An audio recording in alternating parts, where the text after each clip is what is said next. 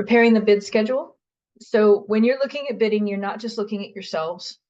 And of course, that means looking at your board dates and your board items and, your deadlines for that and figuring out what's going on. But most importantly, also, you're figuring out your bid climate. By that, I mean, who else is bidding next to you, near you, adjacent to you? What other bids are your contractors likely going for? And are they juicier than yours? How do I know if they're juicier than mine? Well, do you pay on time? Do you pay ahead of schedule? Are you easy to work with? Do you know how to work with contractors? Then they'd probably want to work with you. If you're hard to work with, if you're up against, like down here in San Diego, we have continuous constant government contracts and they're very juicy. So a lot of times I was looking at what the military or the local county or city were putting out, and then I try to avoid those dates and those time periods for the bids I was putting out. But that's knowing your climate. And of course, meeting the mandatory minimum requirements, which we will quote here in the next slideshow. Pre-qualification. Pre-qualification is can be helpful, can just be a checkbox that you need to do. It depends on your approach to it and how you choose to use it, but it is codified that if you have, this is a K-12 thing, okay? But other entities can actually pre-qualify too. It's not that it's codified that you have to, but you can use it. And what it does is it kind of looks at the basics of a contractor's size and experience and then says, yes, you can bid or no, you can't. And the intent of the pre-qualification at the end is to set a rate or a maximum size of project that they're allowed to bid. It's not just a yes and no answer. It is not a yes or no answer. It is a rate, an amount, a size of project that contractor can bid. That is when you're done with pre-qual, they have a rate. And that rate is private to the contractor. That rate is not shared with any prospective bidders or anyone else. It is an internally non-public amount. Okay. If you have an ADA or student size population that is under 2,500, even though it's codified for using state funds, you would not have to pre-qualify. So that's nice of them. If you're using lease-leaseback or design build methods, you have to pre-qualify, or you have to incorporate components of a pre-qualification. Okay. The design build code changed not too long ago, and it says that you just have to include some components. And you may permissively pre-qualify if you want. So for cities, counties, and other special districts, if you have a large enough project, you can either pre-qualify using something similar to what K-12 has to use, or you can pre-qualify by saying, we're going to do two-step RFQP. Step one is shortlisting. Step two is getting into the details of the project and providing more information and getting selected. So that's also a form of pre-qualification, but not with the capital P for K-12. A bid bond. A bid bond is required for projects over 25,000, 60,000 if you're CUPCCA. A bid bond is required over 60 because you're bidding. It's the payment bond that is triggered over 25, whether you're CUPCCA or not. So if you're not bidding, if you're just proposing, you have a bid bond. Performance bonds are recommended because that protects you as a district to get the project done. Payment bonds are required by code because they protect the material suppliers and subcontractors to get paid. And if you're doing the payment and performance bonds, that has to be announced in any formal ads. And builder's risk. Builder's risk, sometimes people go, why do I need that? What do I need that for? Until you need it, you didn't know you needed it. So generally, my Joint Powers Authority at San Diego County office told all of our districts that there is pretty much no project, no public project, no maintenance project that you wouldn't want to have builder's risk, because it protects your, especially if you have a JPA or a self-funded insurance, it protects that team. And your small district would want it to protect you too, because a small problem could bankrupt you. So that's what builder's risk helps with. And you should probably look really carefully at your specs so that you have a limit on, how qualified the bonding agent is. I just, on the last PPW meeting, went into detail on sole sourcing. So if you did not attend that presentation is available. These 3 slides come from that. Basically, it's saying that, say, for instance, software. Okay, I noticed some questions about software. Software might be sole source. A sole source action may be appropriate for software, but it depends. Again, the sole source law is pretty clear on what reasons you can use for sole sourcing and how to do it, and that a resolution is required. When you're going out to bid, it's an ad in a newspaper of general circulation and non-CUPCCA is 1 week for 2 weeks, once a week for 2 weeks. That means I advertise, say, on a Monday, I advertise the next Monday, I can open on Tuesday or later. That's once a week for 2 weeks. That changes for CUPCCA, but that's a different slide. Okay, so sole sourcing has limits, and these are the reasons you can sole source in Public Contract Code 3400. It applies to all types of agencies, not just K-12, and it's definitely a tool that is helpful to use. But since I just did it this week, I'm not going to spend time on it.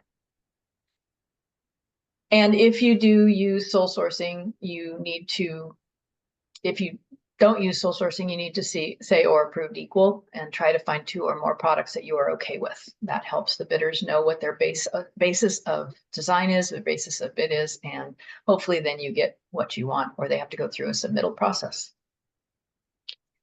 Job walks and bid openings. The law, Public 4104.5, says that if you have a material change, and I'm going to say, what is a material change? That you have to change the bid forward 72 hours. Why? Because you have a lot of subcontractors and a lot of material suppliers that have read those plans and read those specs or worked on your project or did your site walk or whatever you did and are ready to put in the numbers, probably already have the numbers ready by 72 hours prior to the bid, and you just change something. What did you change? You could add a spec. You could change a brand. You could, I mean, there's so many things that are material. If it's material to the price, if it's material to the scope, if it's material in any way, you've probably made a material change. What is a non-material change? Not much. Maybe you decide for some weird reason to reissue a table of contents. That didn't change anything. It just clarified some documents, didn't modify anything that was related to the bid. Maybe it modified something related to something else. I don't know. Almost everything is material. And materiality probably applies. If in doubt, ask a peer. And mandatory versus non-mandatory job walks is a whole nother conversation because I don't really believe much in mandatory job walks because to me it's most of the time used because folks are wanting to have design by job walk or scoping by job walk. And they feel that if they don't see the work, then they can't bid, whereas the only thing you can actually enforce is what you put in your bid documents. So if you have a mandatory one, though, it has to go in your ad. Okay, if you don't have to put it in your ad. You can save some space there and just rely on your regular job walk information in your bid documents, and you can save some money in your ad. Personally, whether it's mandatory or non-mandatory, I leave it in my ad. And then there's timing requirements by code. It shall not occur within a minimum of 5 days of the initial ad for bids. Remember, 2 times once a week for 2 weeks. So what does that mean? You advertise it on Monday, you could have a job walk on the following Monday. Personally, I wait for that second ad and then I do it on a Tuesday. I give them that second ad date. That's just me, but the law doesn't say that. The law says 5 days minimum. So I tell my clients, look, advertise it on this date, advertise it then, and then you can have the job walk the very next day or very shortly thereafter.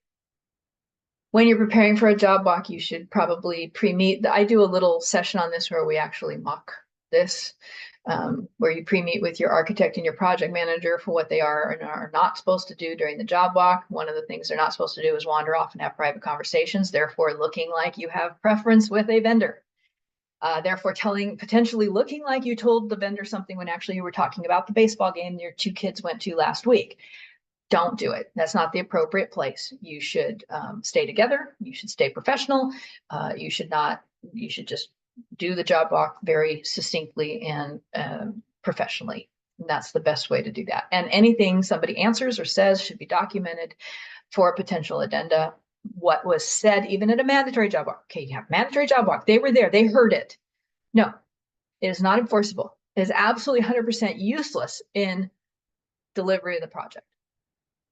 Okay, the only time a job walk comes in handy is you could say, well, it's not even a mandatory job walk.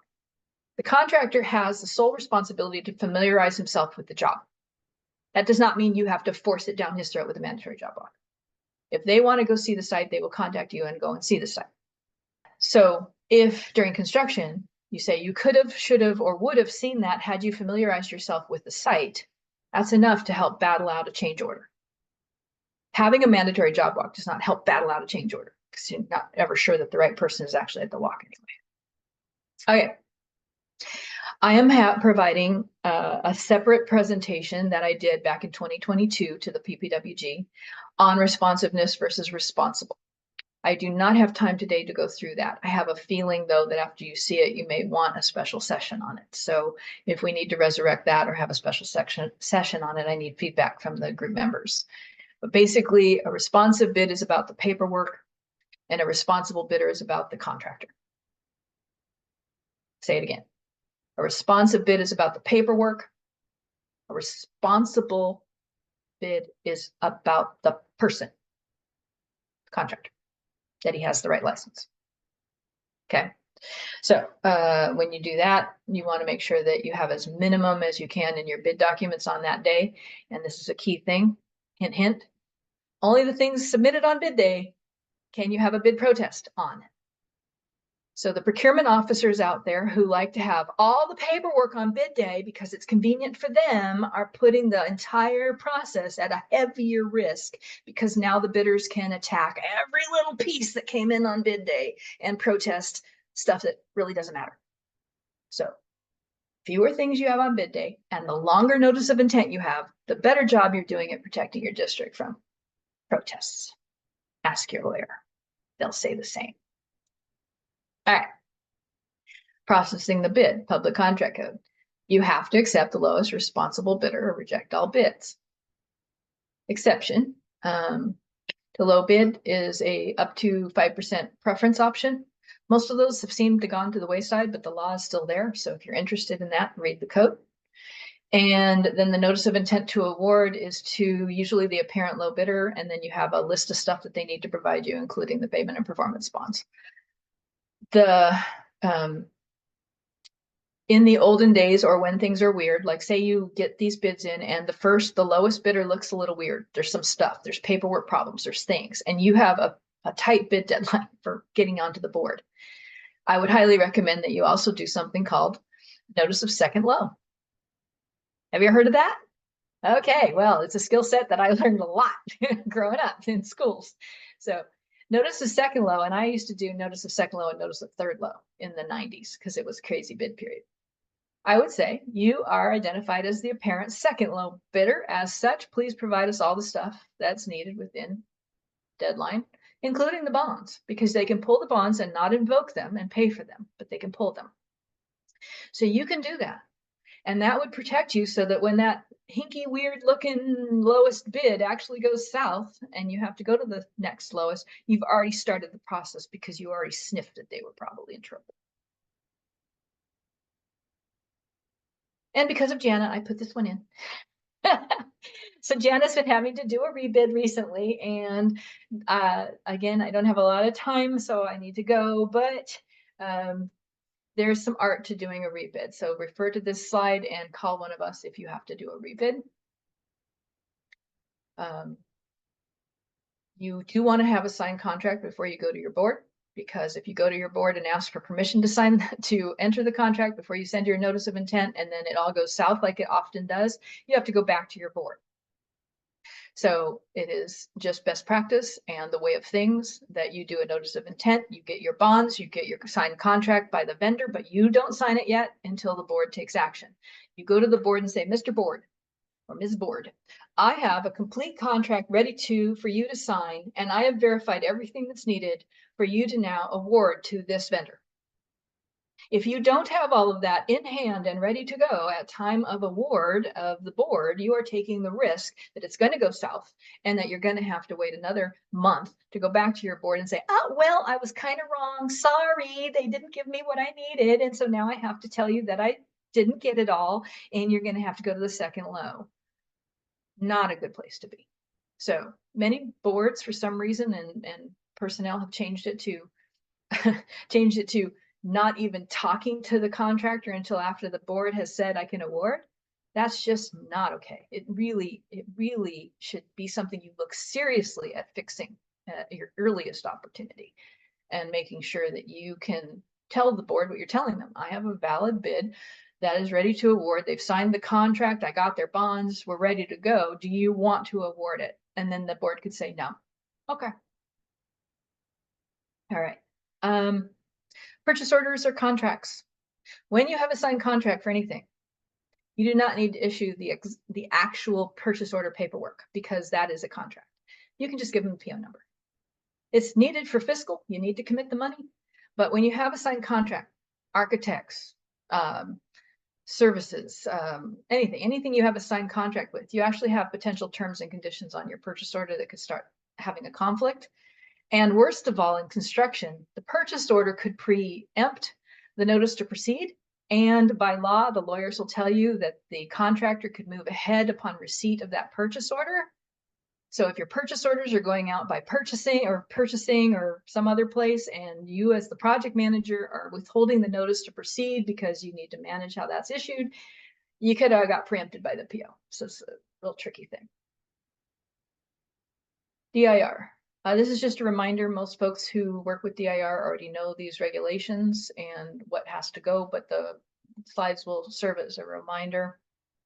I will add that if you're out in the field and you hear that somebody isn't getting paid prevailing wage, you are required to report that. And your subcontractors list does get invoked during construction. If you see subs out there that you don't know who they are, they're not on the list, you can ask them. And they either need to be associated with someone listed or they need to be associated under the general. And that's part of your job as a district, as an owner, as a agency, okay, any type. And if they're not having the right sub go out there, they could be charged a penalty. And the reason for that is because they could have done some bid shopping and taken some of your money as extra profit by causing a subcontractor to take a lower contract. Stop notices. This is where an entity such as maybe the Department of Industrial Relations says, I'm doing a withhold because they're not paying prevailing wage. You don't have to get into it, but you have to withhold, and you withhold from the amount that's due the contractor on the next invoice typically, and you sit on the money until you get a release. It also happens because subcontractors or suppliers may say, the general's not paying me, I need you to put a hold on his money so he'll pay me. Doesn't that sound counterintuitive? But that's the way it is. We have to stop paying them so they pay their bills. Otherwise, contractors have the tendency to pay their bills on the last project with the next project, and that's what they're trying to stop with this. Withholds are done for typically disputed work. Stop notices come from suppliers, subcontractors, or DIR. Withholds come usually from internal, and you say, I do not want, you're asking for payment, I'm not going to pay you because the work is disputed. If you withhold improperly, though, there are a lot of laws now about how you have to release your withholds in a timely manner or release what you can so that the material suppliers and subcontractors can get paid. And of course, the change orders. And the change orders apply to CUPCCAA and to non-CUPCCAA and to agencies across the board. Your agency has a similar public contract code for change orders as well. It might deviate from this one a little, but it is there. So if you need help finding the PCC for your agency type, let me know. But basically, it's highly regulated because they have the right to bid the work if the work was changed too much, and too much is basically 10%. Completion is a big deal. Completion is a process, and it's also typically in your construction documents. And your payment release is also highly regulated. And I just got to bring everybody's attention to this one. Okay, we got 105 people on this call. The completion process changed in 2012. School districts, anyway, maybe some other agency types, are still acting as if it was 2000. And they're still using an old school process for doing release of retention. Please read the new code. It was revised. It was revised in such detail that the faster you get rid of your retention, as long as the project is absolutely complete, the better. Because if you're not holding the money, you can't hold the money. If you don't have any money left, you can't hold it anymore for things that come in after the fact. So this is a very important one. Take a note. Read the code about completion, civil code. Okay, applies to everybody, all the agency types, and review it against your process for release of retention, because you probably needed to change it. All right. Retention.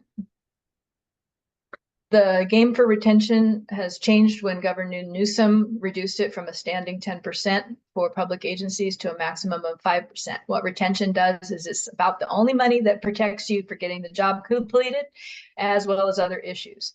And anybody that has gray hair like me and is your construction manager or administrator probably has some lazy viewpoints of withholdings. And we just didn't bother doing the paperwork because typically the 10% on really big projects was enough to dig us out of the pit.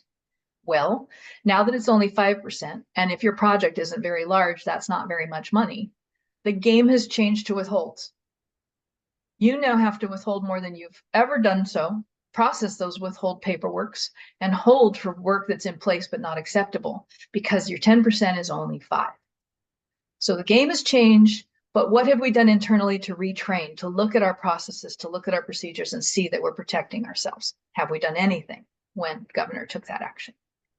Important to look at it. Please, please, please only release after all work is done and all the paperwork is in. People think that being done isn't done, or being done is sort of done, or maybe done, or kind of done. It's not. It's done, done, done, done, done. Because if you do and you don't have any money left, you're left holding the bag. If you're in doubt, ask a good public works lawyer. All right. So this is still valid, but the processing timeline and what you have to do and not have to do has changed. A notice of completion filed with the county, city, whatever, is not required anymore. As a matter of fact, I haven't done one for years. Think about what you're doing, why you're doing it, and how it benefits your agency. All right, now I'm going to go into the meat of CUPCCA. By the way, all of these have specific in-depth topics on them and from our PPW share. So I gave you some hints about what folders to look in for those things if you want more on a topic. And then, of course, contacting myself, Jana, Leanne, Jeff. Kim couldn't join us today, so there's that. All right, let's dig into CUPCCA. So we've heard of CUPCCA. If you are a CUPCCA entity, great. Probably most of you are in any given room. Pretty much 99.9% of people raise their hand and say they're CUPCCA. If you're not, this will talk to you a little bit about some of the benefits of being CUPCCA. The samples I'm going to give out have reviewed by legal, but they're not your legal and they're not you. So you use them at your own risk. You do need to keep your templates updated if you do start using a template for something. Okay, so CUPCCA splits apart the bid and adds additional levels of sizes of projects so that you can do maybe a little bit less procurement processes for some of the smaller jobs. So it eases some of the pain, but not a lot. In schools for California, our bid limits we've already talked about. And it's a election for other agencies to join the act. It's an opt-in. Okay. Then you can also opt out.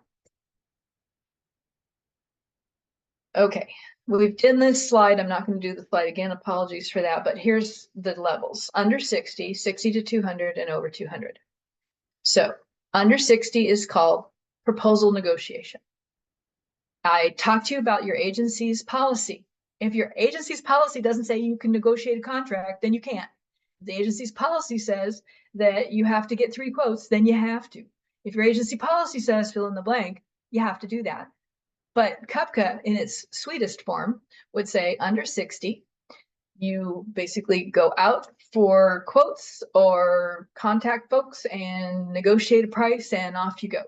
It is I call it the Wild Wild West, but your lawyers will tell you that you can almost do nearly anything you want. But here's the rub. You're not bidding, so it is totally up to you.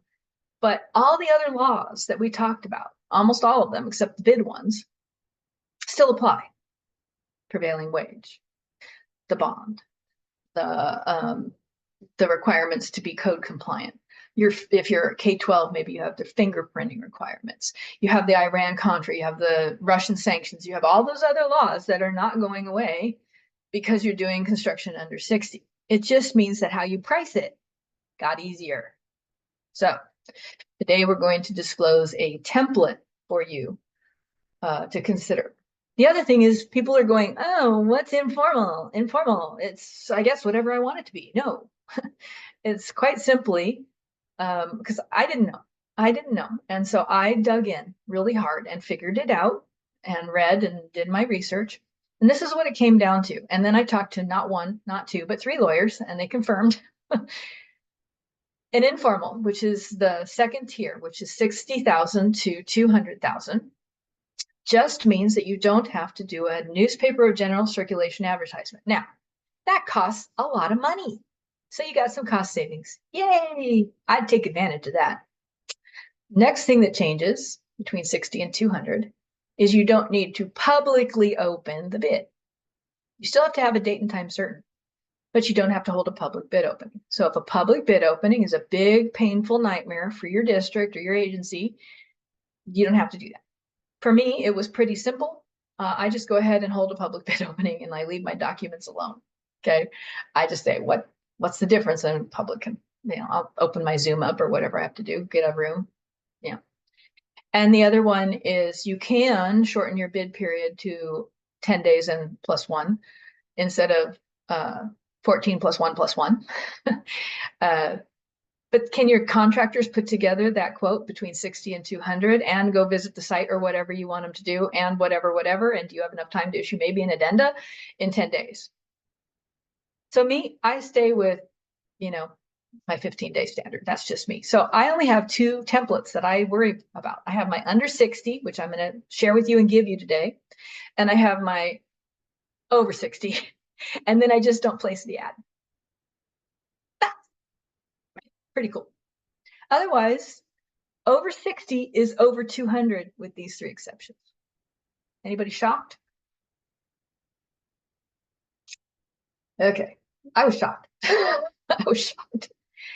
In your handouts, you're going to have the CUPCCA What Changes. It's a 2-sided document. It has every code reference I can possibly try to cram in there. I tried to. I'm trying to add the city and county code references. I'm not succeeding 100%, and I apologize for that. We have about 19 alternative districts in this group compared to about 108, 70, 60 K-12.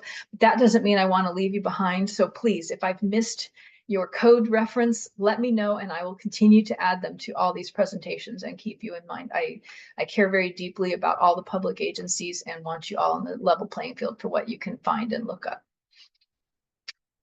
So proposals under 60 is still a public project. Very few things changed, but it's not a bid. So all the codes related to the B word, bid, gone because it's under 60 for CUPCCA. If it's not CUPCCA, you're under 15. Then remember under 15 way back when? Maybe you don't.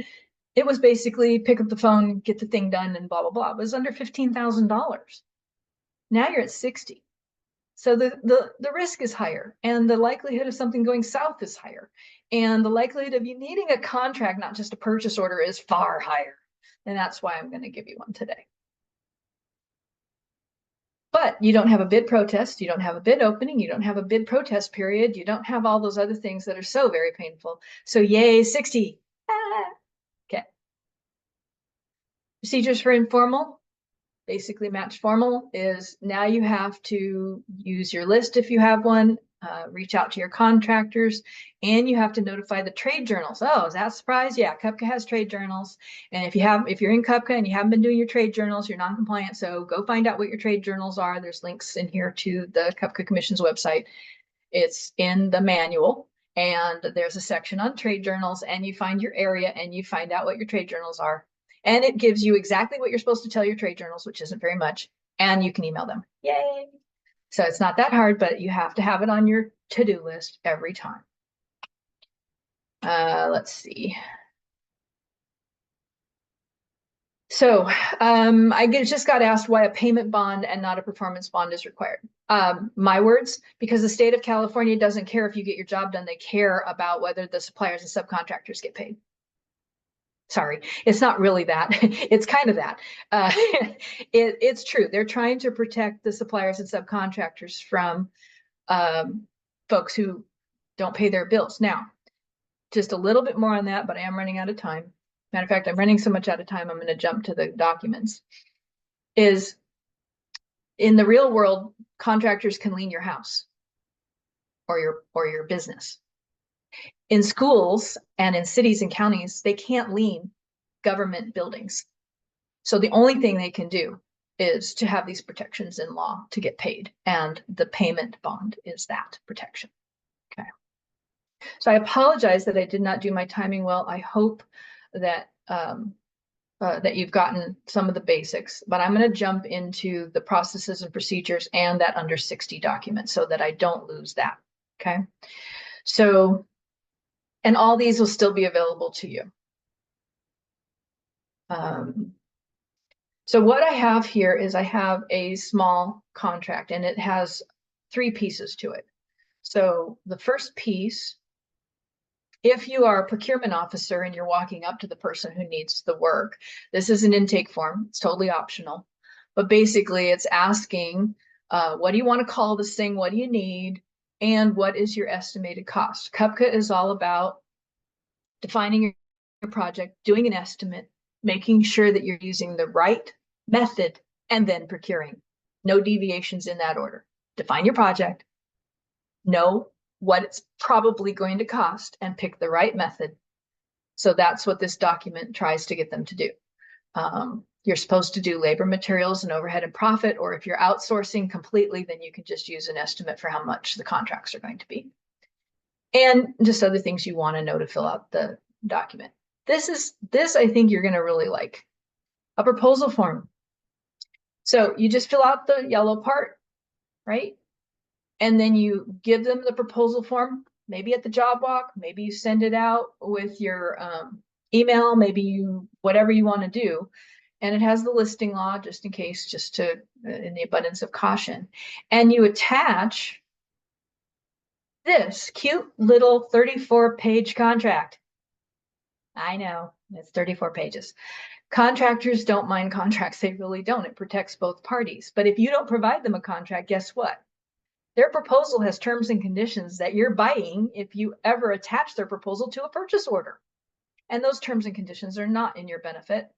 And also, as you get proposals, you're getting apples, oranges, peaches, pears, and pie, because all the proposals come in with different terms and conditions and different exclusions and inclusions. So even for under 60, you likely want to start with a proposal form and then attach a blank contract to it. Don't fill it out, blank contract. So you have 1 page to fill out. Tell them what you want and how you want it.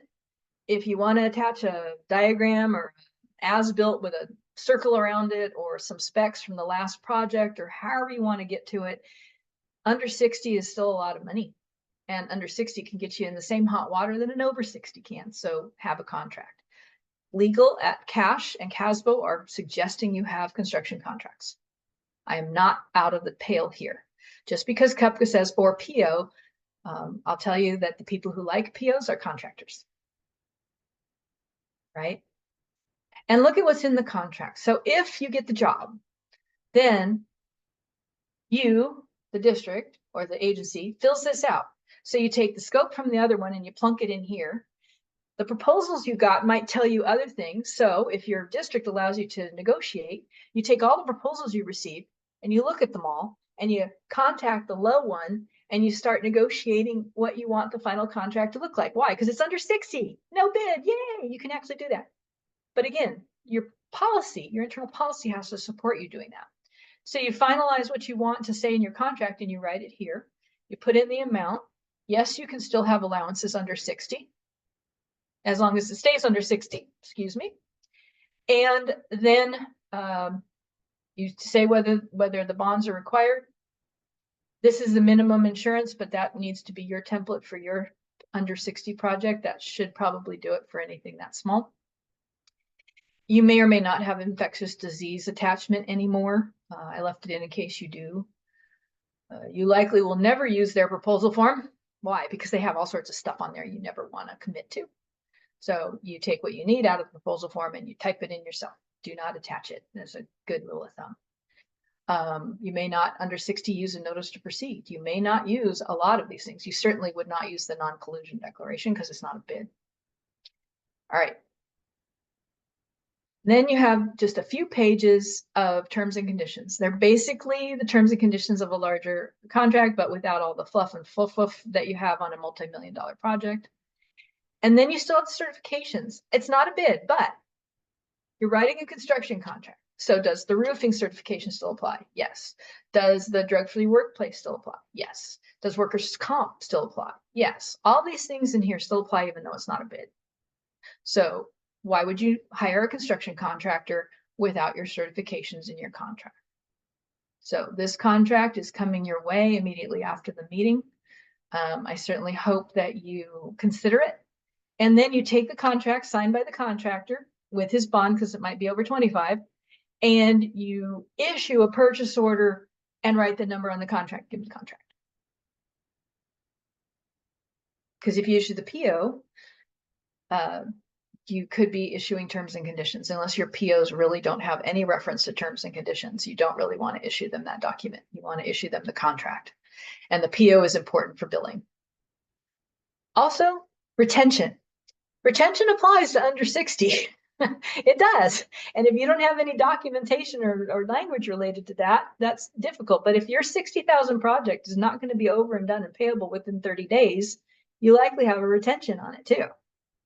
Okay, that code didn't go away. Nothing changed except what's changed in CUPCCA code. Nothing's changed except what's changed in CUPCCA code. So it relieved you of the B word under 60, but didn't change anything else. So all those other things apply. Liquidated damages applies. Can you say zero? Sure. But liquidated damages also is a way for a contractor to get their subs and material suppliers to comply. So you might want to say $100 or $50, or you could say zero, or you could take it out. It's liquidated damages are 100% always up to the agency. So it's really a decision agency by agency. Are these classes being offered to prime, general, and subcontractors? Not that I'm aware of, which is part of where the problem is. Plus, do they really want to know how to do it right? They want to do it their way. They want to see if they can fool the stump the chump, and do it their way. So, yeah, I don't know. I doubt the AGC and other entities usually teach how to get change orders out of hard bids. So I don't know. Any other questions? We're running up against some time. I had more to do today, but I almost need another 2 hours. If you guys are interested in another 2 hours with me, let me know.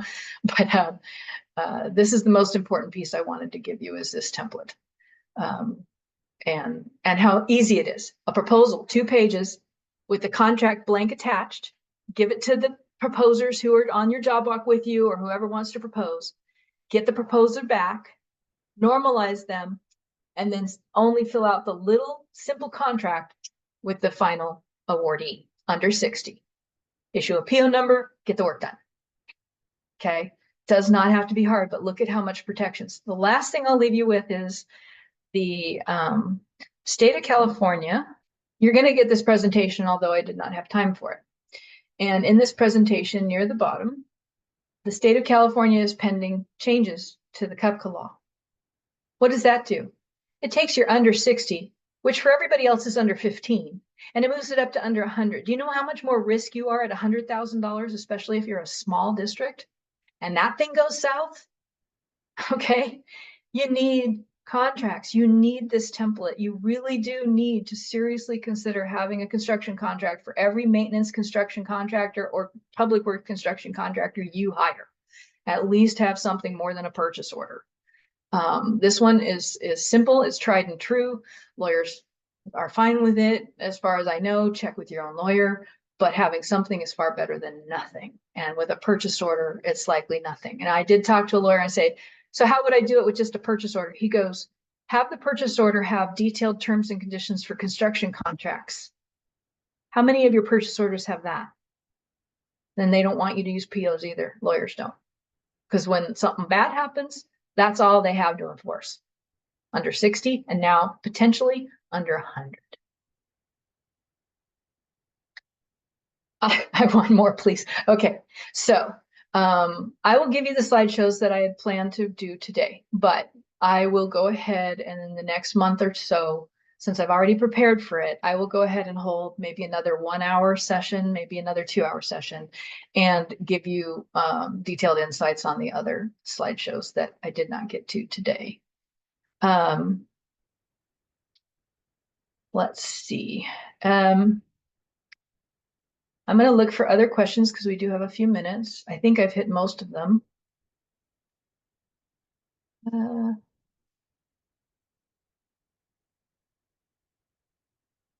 Public works laws is a foreign language and we should be transparent. Yes, public works laws are a foreign language. And I will tell you too, that our buyers and our procurement officers and those in maintenance or in facilities that do all this hard lifting for bidding, hard bidding and construction specifically, is a specialty. You can't just say, I'll give it to the clerk and let them do this. This justifies a buyer. This justifies a procurement director at every district, or at least someone that has the training to get construction work done. And I will say that if you don't already have that, that you should be lobbying for it. I know we're going into a lot of cuts again, as usual in California in schools, and it's going to be deep and it's going to be tough. But if we lose our procurement officers for school construction, we are facing lawsuits and legal battles with our vendors up the yin yang that's far exceeding a qualified, trained procurement officer, no matter the title of the person. So I'll continue the fine fight. I know Jana is, I know Leanne is, I know the Small Districts Association is constantly trying to do the education. CASBO and Cash talk about this a lot. I know that CASBO is specifically trying to provide some deeper education. Push at your agencies to get what you need. Get this level of detail, okay? And I won't leave you right now as far as without the second half of this thing, and I apologize that talking about this takes a long time, let alone the work that's needed to do it. So if I missed any questions, I will certainly go through the chat. And if there's something like that, I will put it in, I will put an answer errata in the file share as I'm sharing it. So beware, be careful, and keep the faith out there. Try to keep things as simple as you can. And in my next session, I think I'm going to do 2 hours, and I think I'm going to show you how to use mail merge for your bid documents. All right. Thank you so much for your attention today, and I will review your chat.